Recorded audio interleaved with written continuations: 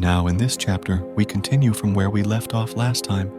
The sad news that Bonney had been kidnapped was now public and reverbed distraughtly amongst all the members of the Revolutionary Army.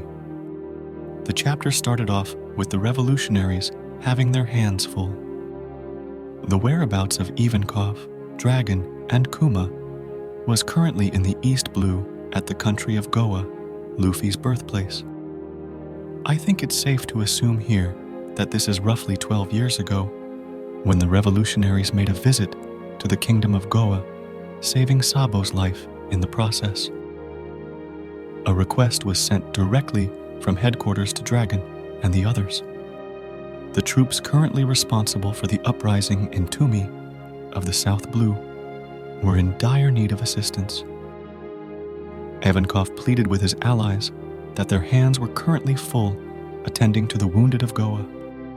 However, a determined Kuma was not perturbed. He insisted, despite being advised not to by Eva. Kuma, utilizing the powers of his pawpaw fruit, teleported and made it to the Tumi uprising in a matter of seconds. Something had changed.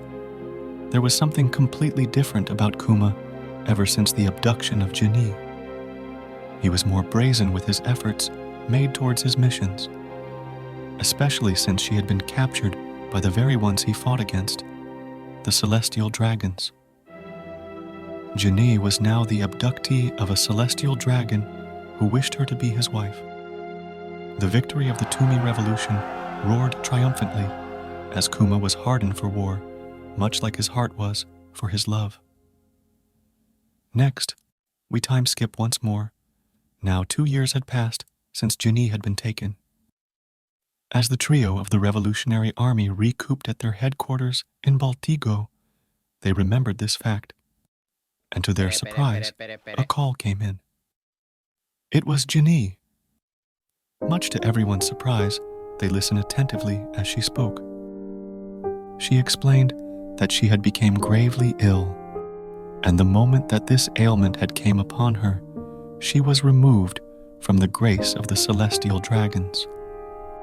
Bonney spoke of this grave ailment and the little time she had left, but all this went over the head of Kuma. It had been 2 years since he had spoken to her, and all he could hear was opportunity knocking on the door for her rescue. In one last effort to reach his mind so that he may come to terms with the reality that laid before him, she said that she was at death's door and that she loved him. Before she could even utter the words that came from her heart, Kuma was off. He had deduced exactly where she would be now if the situation was indeed true, the church where they spent most of their time together as little kids. Sadly, he was right, and what laid before him was a cruel disfigurement of the woman he loved. Her skin was blue, and her entire body felt like rocks. The elders of the church exclaimed that she used up what little time she had left by setting sail and exposing herself to sunlight just to get to this location. It was all because she wanted to secure the safety of her newly born baby. And yes, I know what you're thinking, the nerve of these celestials. At this point, I don't even think that there is any room for their redemption. Not even an army of St. Myo's guards. Tears plummeted from the eyes of Kuma as he promised Bonney to see to it that her daughter is raised well.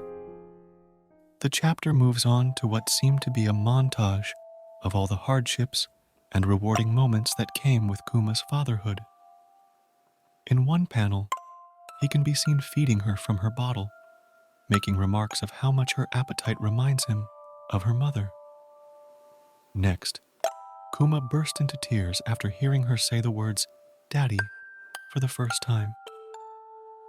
The next few panels show that Kuma is still very much involved in his role as a revolutionary, even coming face to face with Sabo this one time. On one of their neighborly visits to Kuma, 2 men from the village realized that something was strange. All the windows at the church where Kuma stayed at were boarded up shut. They were shrouded entirely in darkness, with no light being let in from the outside. When the men asked the reason for this strange occurrence, Kuma pointed to the right eye of Bonney. Under it was a familiar blue stone, much like the ones Ginny was covered in. The two men panic and were off to seek help from all of the nearest doctors. To their regret, none of them were able to name nor treat the disease. The time had come, and Kuma was faced with the task of pursuing the destruction of the world government with his colleague in arms, or protect the only remnant of the woman he loved dearly.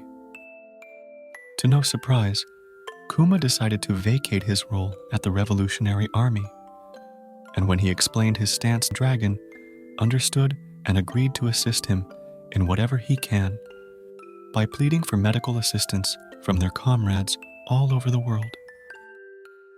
The story fast forwards once more, and this time Bonney is at the tender age of 5, and Kuma is now a full-fledged priest.